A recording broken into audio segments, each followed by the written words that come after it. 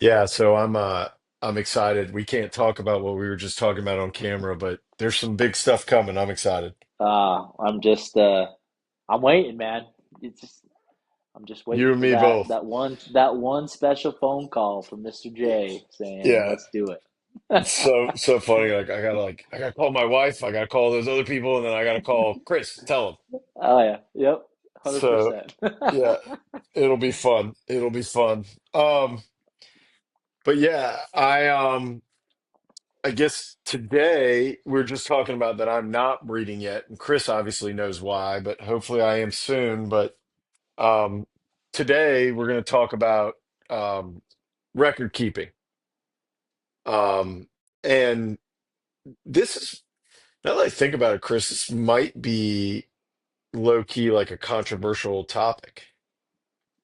Yeah, very well could be. I think there's so many different ways to do it and different methods and different belief systems within that and in some cases I can see both sides of the story and the reasons why, and we can probably get into that throughout the podcast, but Mhm. yeah, there could be some controversy in there for sure. The Bird Brains Podcast with Chris and Jay. The Bird Brains Podcast with Chris and Jay. The Bird Brains Podcast with Chris and Jay. Bird Brains, Bird Brains. The Bird Brains Podcast with Chris and Jay. The Bird Brains Podcast with Chris and Jay. The Bird Brains Podcast with Chris and Jay. Bird Brains, Bird Brains. So I'm Jay, And I'm Chris. and Wait, we are. the bird brains. Oh man, dude, we totally screwed that one up. Yeah, you didn't say the bird nerd. I know, it Um, threw me off. I'm like, hey, I'm yeah, just Chris. I guess I'm just Chris tonight. just Chris, Can not a Candy bird thought it was nerd funny. anymore. She was starting to laugh. She's like, "That's what you You, get for not putting me out of the cage." you having She's fun mad at over me. there, Candy? Yeah, they get mad if Yeah, they can see you, but you're not gonna play with them. yeah. She now she's coming to the door. She's like, "Oh, he made eye contact with me. Quick, go to the door." I'll let you guys see her for real quick. She's hiding. Hi, Candy. You can say hi. Hi, Candy. Here's my god bird. Hi, Candy. Hi. I've still got her No. old cage in my garage. My wife is Do you not. really, man? Yeah, this guy like says he's gonna come pick it up, and he hasn't come picked it up yet. My wife's not happy. I'm But I want a new cage for her. We're getting there. So you know what does make me happy? Speaking of new stuff, I don't know. I guess New Zealand doesn't sell cages. I bet they could rustle you one up if you needed to, but they yeah. do have. What do they have? What's this, Chris? And Oh this. yeah, we got some good old cocoa fiber, nice little perch ladder for the finches, or even any of your smaller hookbills, or a chew toy for candy. You could use that one for many different purposes. Yeah, this is cool. I don't know what kind of wood this I, is. I actually have one of those in my aviary. Well, actually, I had one. I had it all last summer, and the finches loved it. Mikey loved it. He would chew on the wood, and my canaries would pull at the ropes and would shred the rope to build their nest with, and my zebra finches. So you could use it for lots of different purposes, which is a lot of fun. I could throw it in Candy's cage, and she'd have it broken into pieces in 2 days. So Destroy it. Yeah, but that, I yeah, mean, it says on here, it says physical and mental, right? So it can be both. yeah, absolutely. Um, Multi-purpose right there. yeah, and this is just really good. Nesting fiber for finches, or you could stuff it in something for Candy and let her tear it Uh-huh. back out. Um, That stuff, Jay, is probably my number one go-to for nesting material for the birds. I love it. It's clean, it's easy to maintain, easy to replace, and it's easy for the birds to manage and to handle. You think about it, you got these little tiny finches that are trying to build these nests, and some of them are master nest builders, and the cocoa mm, fiber for me is a perfect material to put in there for them. And that's usually their number one material that they'll go to build the bulk of the nest. And then they'll line it with some feathers or things like that to kind of yeah. soften it up once they're Well, done. But it's both like flexible so they can weave it, and then it's also hard and it doesn't get really wet. Like if it gets yeah, wet, it kind of stays dry. It's kind of water resistant. So yep. um, really great. Um, you can get this stuff. Some of the stuff I think will just come in the Bird Brains Perch box. Some Yep. of it is an add-on. I Like I do think, I do think the cocoa fiber is just one that they put in the perch box yeah, throughout if you do order that. I think something like this is an add-on. But you order the perch box, they'll send you cool stuff. You can also add on if you need new scat or whatever seed you want to add in, those kinds of things. And if you use code BirdBrains, you get 10. 10% off. And we keep Yep. being sponsored, so please do that. Yes, please support us. And like Jay's mentioned before, we don't get any financial benefit from this. Uh, New Zealand just sends us these products for us to help promote, and these are products that we believe in. I mean, these are products that we use on in our own with our own birds, and so we We made the by list for them. So we exactly we made a really list of so. everything we use and they went and got it. So do us the favor and go in and use the discounts that we have provided, the cool perch boxes that they put together for all sizes of birds. It is something that's really cool, and your birds love it. The ultimate goal in the end is for the enrichment and love of your birds, and that's why we do it. That's why we drop thousands of dollars on these little tiny tweets So because we love them. you remember in the live episode where I said my wife's not going to watch this, so who cares? Yeah. Guess what? Did she watch it? She watched it. So I don't know what you're talking about, Chris. I don't drop thousands of dollars. I've spent $10, $20 max. Yeah, Um, yeah, you're right. Yes. yeah, It's all for the so yeah. love. Candy, I don't know if you guys can hear. She's Yeah, just she doing her just little laughed. quiet laugh, and Yeah. she knows I'm full of it too. Yeah, So she just called me out. Thanks a lot, Candy. You're welcome for saving your life. The betrayal. Um, she's so funny. That video, that Instagram video you just posted of her like dancing while she's getting a bath. Oh man, it made me so happy. Love that bird. so real quick on that, and then we'll get into the topic of the video, Jay. But so that was the first time that I've taken her outside. She is fully flighted. She has all of her flight feathers. I did. I did a little test flight in my living room. I got a decently large living room, and I might have, kind of launched her to see how she could fly, and she just went straight to the ground. So I mean, I really her flight muscles are just have not developed. She's been in a cage her whole life, and that's actually something I want to get to. I'm planning this summer to get like a big batting cage, a big long batting cage, so that I can start practicing. But I figured it probably was pretty safe to bring her out and just let her sit there with us. Yeah, that's But how she was Einstein is too. so excited, man. She was just dancing up and down, and she had just taken a bath before, so she still was a little bit damp.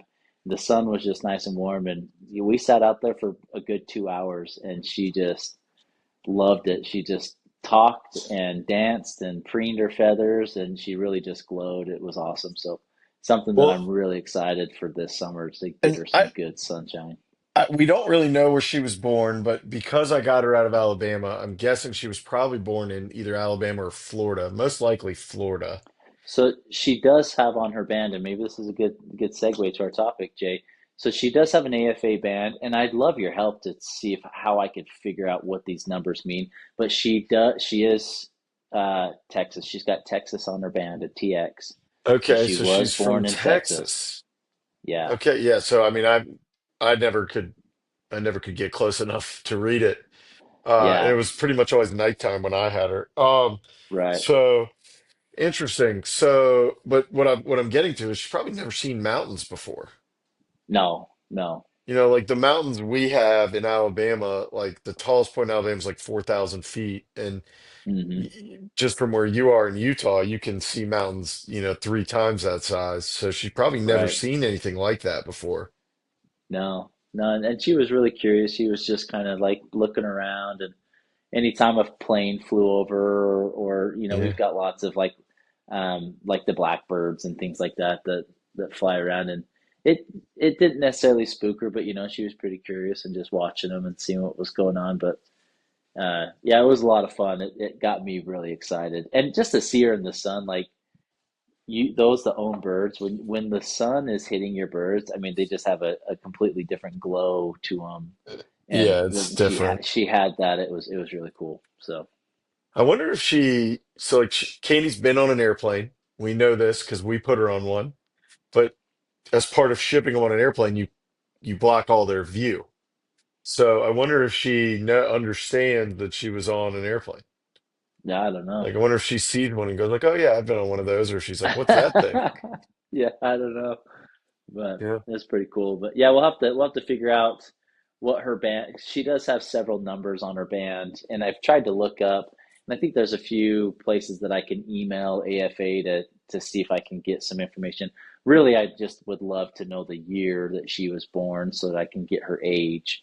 But it does have Texas, and then it has several different letters. So if it had a number, I would maybe guess that for the year, but it doesn't have any numbers. It's just different letters of the alphabet. So I'm assuming probably the breeder that had her, or if there's just some sort of a code sequence that AFA bands have. Yeah, I wouldn't To know off the top of my head, but either Robin or like Melanie from Hagen would know. She used to be secretary for AFA, so and she's still Oh, super really? involved. Okay. So Wow. we Nice. can run that down.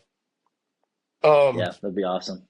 but yeah, so today we're going to talk about like breeder record keeping in general, you know, and I think there's a couple different ways to look at it. So I think the easiest thing to do is to talk about what we do, which I think we've touched on a little bit in previous episodes. I know we have like a bands episode, but Hmm. there's more to that. And then I also can speak a little bit to some of the legal requirements for certain people about bands. Yep. Um, but yeah, so I mean, Chris, just as a general, what records do you keep? How do you keep them? What do you do right now? And Yeah. I guess let's preface it this way. So there is a USDA requirement for major breeders to keep records, and you can find that on the USDA website, but they're pretty stringent and very specific records that you have to keep. And I don't want that can be we probably are cruising towards at some point like a legal episode. People Right. have asked us for it. It's tough because we're not lawyers, and I don't want to. Right. I We don't don't want want to to give you the wrong information. write and get somebody in trouble. But in that case, but Chris and I are both below that threshold, right? It's Yeah. for people like us. It would be, I believe the numbers. We'd have to sell 200 birds, not face to face, in a year, and neither Chris nor I do that, or frankly come close. Right. Where Yeah. neither of us is breeding for profit at all. We both are net Yeah. losing money on birds. Yeah. Yeah, there's only Totally. $20 a year loss, if you ask my Yeah. wife. Yep. But Uh-huh. not in this. We are in this for the love of the game, as we often say. So, Chris, what do you do as far as record keeping for you, and why do you do those things? Yeah, so majority of my record keeping or how I identify my birds, I have them on a color band system. So I have different colors for different species and or different pairs of birds, and then I intermingle those colors on one or both legs of the offspring, so I know the genetic lines that they come from. Some of my older birds, I do number them, or try to number them. So then that helps me know like how many babies I had that year from what pair, and I will keep a record on my phone of which pairs I've bred, what color bands do they have together, how many babies did they have that year. So if anyone comes and says, "Hey, like I want this Lady Gouldian finch, it's got this color band," I can easily go back to my records and say, "Yep, these are the parents that it came from. This is how old it is. This is the year that it was born, etc." And so there are lots of bands out there that have like the year and or the month. I don't do that just because a lot of my birds, the smaller finch species don't live very long, just a few years, 5 to 10 years, depending on your species on average. Um, so I haven't really ever numbered them with the years, but I do keep it on paper record. So if people are buying birds from me, I can tell them exactly what year those birds are born, just so that they know what they're getting. And I'm an honest person, but there are people out there that may not be as honest in that, and so that's something to be aware of. If your bird isn't banded and or have a year of the band on their legs, just make sure you know and trust that breeder, because sometimes they could not be telling you the whole truth. But yeah, mine's on a color system, Jay, for the most part, that helps me identify mostly their genetic lines, and then on paper I have where what years they were born. So how about you? Yeah, similar system, maybe even a little less complex than yours. So I use Jed's plastic open bands, which are available on New Zealand's website. Yep. Um, but I basically, as a general rule for each species, I have two pairs. That's not true for all my species. Some I have more than that, but as a general rule, I have two pairs. And I'll have one pair that are the right leg pair and one pair that are the left leg pair, and then I'll have a blue or a pink band. If you look on my Instagram or stuff, or my YouTube videos, you'll notice this. So, for instance, if I have I actually have more than this shaft tails, but just as an example, if I have two pairs of shaft tails, I'll have a male with a blue band on his right leg, and his hen will have a pink band on her right leg. And then on the other pair, they'll each have the same thing, but on their left leg.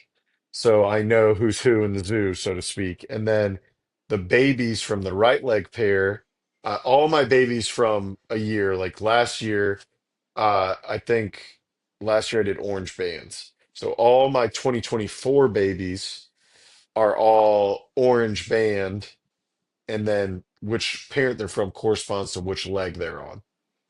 Nice. So Yeah. if it was the right leg pair, the baby will have an orange band on its right leg. If it was the left leg pair, the baby will have an orange band on its left leg. Um, for the species where I have like three pair, the next thing I'll do is I'll double up. So the male will have two blue bands and the female will have two pink bands. And then beyond that, it can get a little messy. And sometimes birds come to me banded. Sometimes I just keep track of that.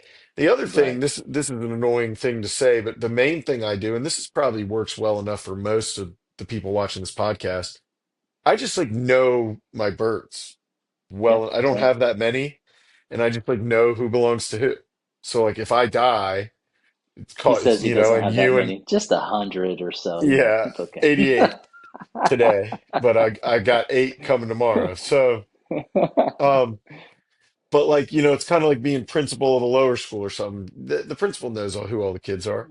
So Right. if I die, it's going to be terrible for you when you have to come get all your new birds. Keeping track of who is what. But I at one point I did try to like go to the full USDA standard, even though I didn't need to, is basically like a numbered band that corresponds to each bird. Then you have to have their picture, you have to have their species name, their history. So, like where you got it, or if you hatched it, what year it hatched, who it's Hmm. mated with, how many birds you bred. And there actually is an app. It's not for iPhone, but there's an Android app, and I can't think of the name of it, but it does all that for you.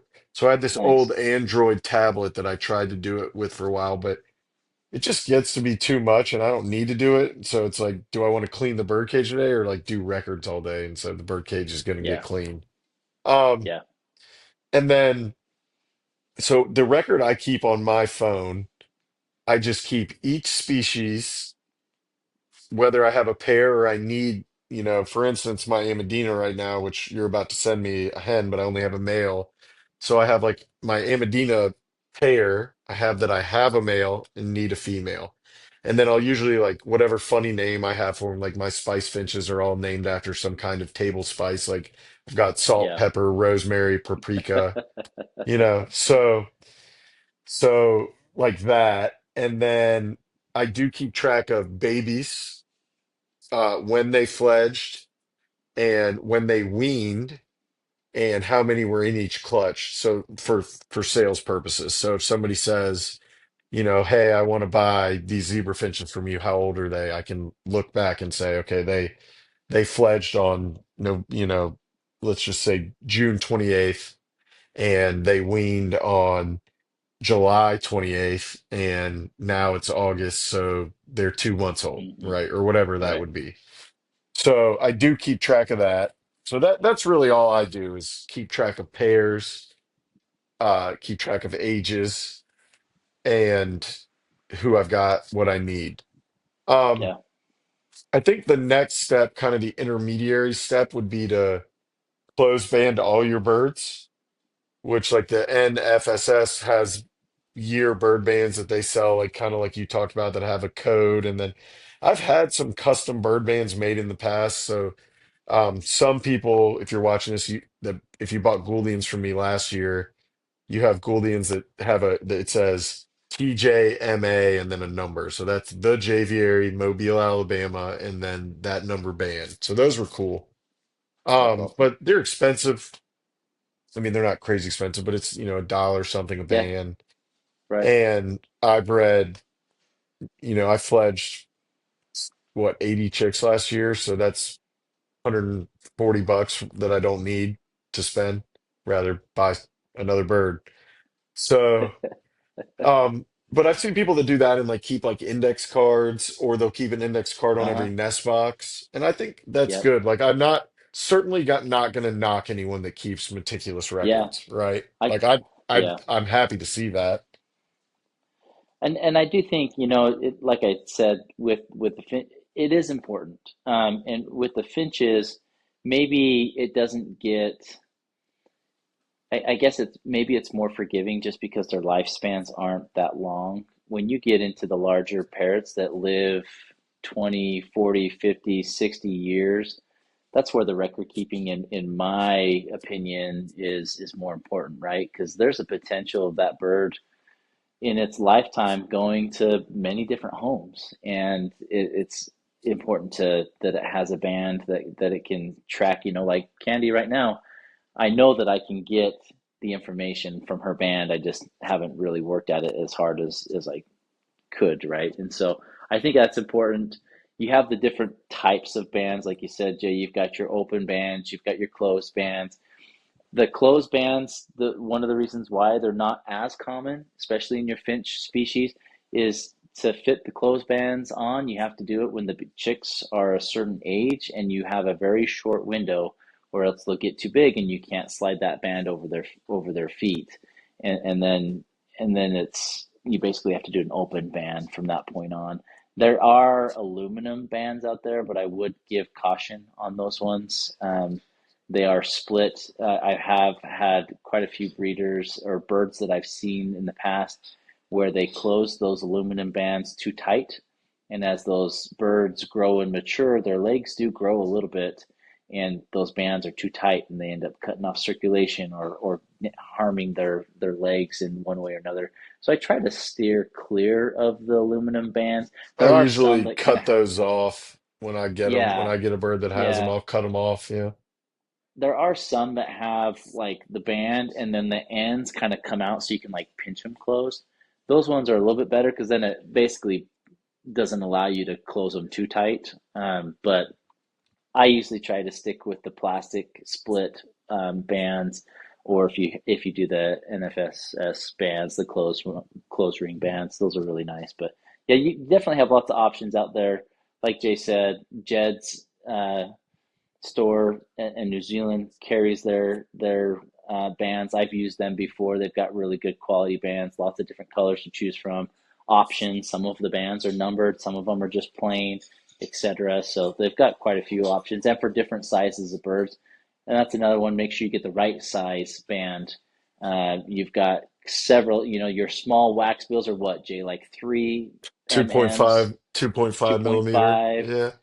and then as your bird gets bigger, your band gets bigger, and then you've got canary Doves size are bands, you've got doves are four doves, and millimeter. Yeah. yeah, and they have certain parakeet ones, like for the Bork parakeets, and then obviously you get into your larger parrots. And so just make sure that you do have the right bands, because it can either slide down over their foot and close their feet and they can't use it, or it's too tight and then you're cutting off circulation, and it's cutting into the bird's legs. So Or get record hooked on keeping's in, something, or they're too yes, or big and they exactly. slide off. And then, Or they slide off. Yeah, I've had that with several of the small wax bills. yeah, I tried to put the plastic bands on all my button quail, and they're just like, not, I just would find bands in the Uh, aviary, and like, oh. which quail. I tried to put them on for like a month, and I was like, all right, this is dumb. I'm done. Like they can just be Yeah. unbanded.